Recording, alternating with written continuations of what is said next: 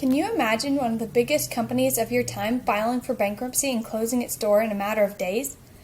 That is exactly what happened to the Enron Corporation on December 2, 2001. Only a matter of months after the tragedy of the terrorist attacks on September 11th, the United States was delivered another insurmountable blow when Enron closed its doors for the last time. Before its closure, Enron was a highly valuable and sought-after energy trading and utilities company based in Houston, Texas, according to Adam Hayes from Investopedia.com.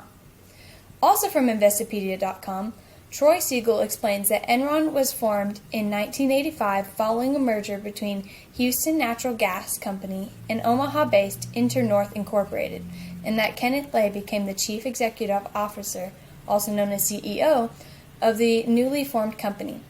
From its inception, Enron quickly grew into an extremely profitable company whose highly desirable shares were sold for as much as $90.75. Lay was even acknowledged as something of a business sage by local magazines. Shortly after its start, Enron gained permission and implemented the mark-to-market accounting method that values an asset to its current market value, which enables the company to choose what it feels their assets are worth and file their profits at essentially whatever they want their company's value to be. Doing this increases the values of stocks and products and creates the appearance of an ever-growing company.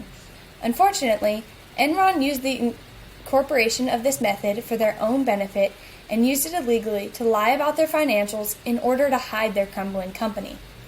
Among other fraudulent activity, this deception took advantage of the trusting marketplace and was eventually caught and stopped by the authorities, which brought about the destruction of Enron. Business giants at the time, Jeffrey Skilling, Andrew Fastow, and Jeff McMahon, were all executives of the former business and were complicit in the scandal.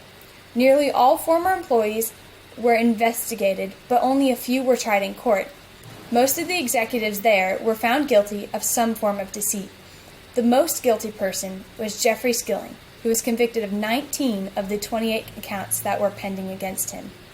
Not far behind in charges was Kenneth Lay, who was convicted on all 6 accounts with which he was charged.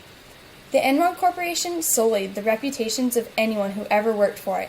It also lost the money of all the people who invested into it.